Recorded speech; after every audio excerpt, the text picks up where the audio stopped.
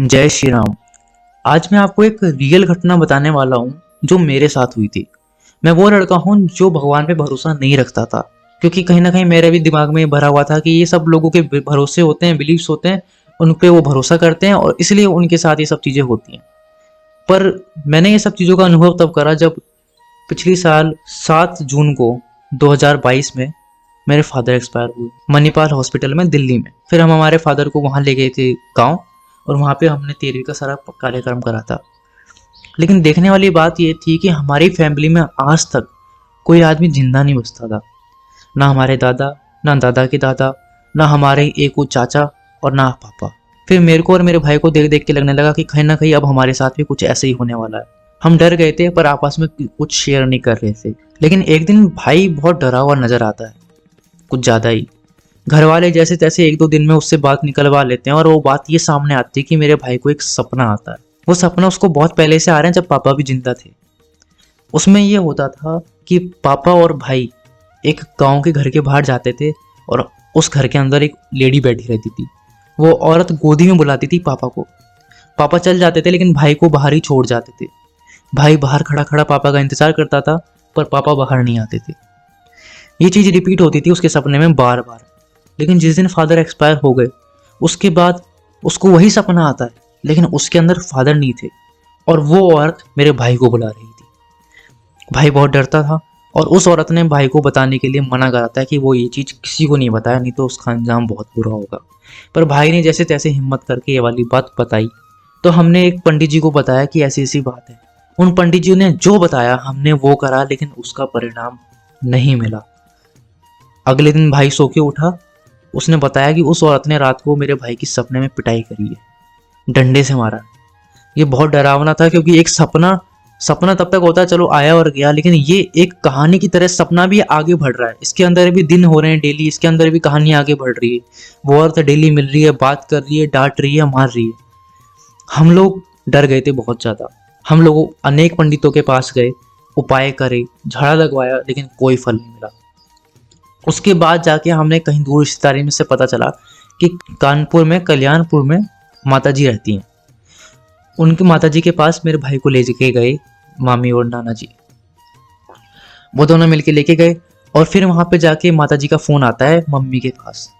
और तब माता जी ने मम्मी को कुछ ऐसी बातें बताई जिनमें से मेरे को तो कुछ मालूम ही नहीं था, मम्मी को मालूम थी कई बात, और कुछ बातें मेरी दादी को मालूम थी, कुछ बातें मेरी मम्मी को भी मालूम थी। जैसे कि हमारे घर में जब से ये होता आ रहा है, तो दादाजी के टाइम पे मेरी दादी ने बहुत प्रयास करा है। वो भी बहुत पंडितों के पास गई है, तांत्रिक के पास गई है, जो हो सकता था उन्होंने वो कोशिश करी है ये सब खत्म करने की, सही करने की, लेकिन वो हर टाइम नाकाम रही।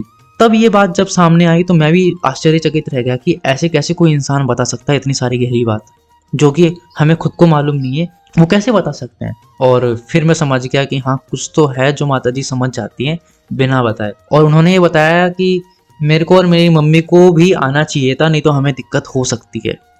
अब मैं और मेरी मम्मी तो गए नहीं थे, लेकिन फिर बाद में मेरे भाई तो ठीक हो गया था। लेकिन उसके बाद मैं अपने मामा के घर चला गया था। मामा के घर गया और वहाँ पे मौसी का फोन आता है अचानक से, और वो मेरे से हालचाल पूछती है। वो 4 बार पूछती है, बार बार कि तुम ठीक हो, अलग अलग तरीके से पूछती है। मैंने सोचा ऐसी क्या बात होगी जो मेरे से बार बार पूछ रही मौसी। फिर बाद में उन्होंने मामी को बताया कि उनको भी एक सपना दिया है जिसके अंदर वो लेडी ऐसे बोल रही है कि तुमने छोटे वाले का तो इंतजाम करा लिया, लेकिन बड़े वाले को कैसे बचाओगे। और नाम लेके बोला उन्होंने मेरा। तब से मौसी बहुत घबराई हुई थी। उसके बाद मैंने फिर भी भरोसा करना नहीं समझा। मैंने कहा ठीक है, ये सब तो होता रहता है। मैंने फिर भी बिलीव नहीं करा, नहीं मानना चाह रहा था मैं ये सारी चीज़ें होती हैं। लेकिन बात तब आगे बढ़ जाती जब 11 बजे मेरे को ऐसा लगने लग जाता है कि अगले सुबह तक शायद मैं जिंदा ना बचूं। मेरे को ऐसी फीलिंग आने लग जाती है, मैं बीमार पड़ने लग जाता हूँ और मेरे को बहुत डर लगने लग जाता है। तब बाद में मैं जैसे तैसे किसी के साथ जाके चाकू और माचिस उठा के अपने तकिए के नीचे रख लेता हूँ, और थोड़ी ही देर बाद मेरा हाथ, मेरे पैर, मेरा गला फ्रीज होने लग जाता है। गर्मी का मौसम है, वहाँ मेरे हाथ पैर जम रहे हैं। सर्दी में होता तो मैं मानता, लेकिन गर्मी में हो रहा था। उस टाइम पे मैं भी सोच रहा था कि अब मेरे को कोई बचा ले, कुछ भी करे बस मेरे को बचा ले, मैं नहीं बच सकता।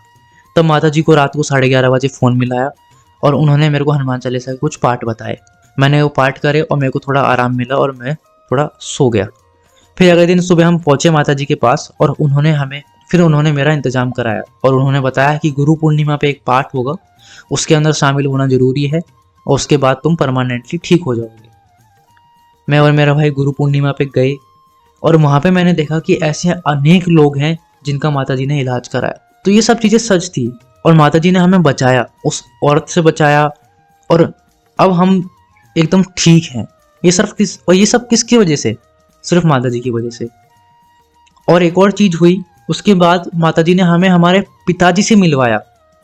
समझ रहे हो, मतलब फादर के एक्सपायर होने के बाद हम फादर से मिले हैं और फादर ने हमें कुछ ऐसी चीज़ें बताई हैं जिनसे मतलब आगे के काम रुक रहे थे, वो काम पूरे होते हैं। उन्होंने अपनी जानकारियाँ बताई है, कहाँ कैसे काम अटके पड़े हैं, उन काम को कैसे सुलझाना है, वो उन्होंने बताया।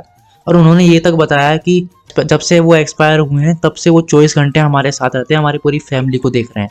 उन्होंने वो सारी चीज़ें बताई जो इन 4-5 महीने में हुई थी। ये दिसंबर में हम मिले थे हमारे पिताजी से।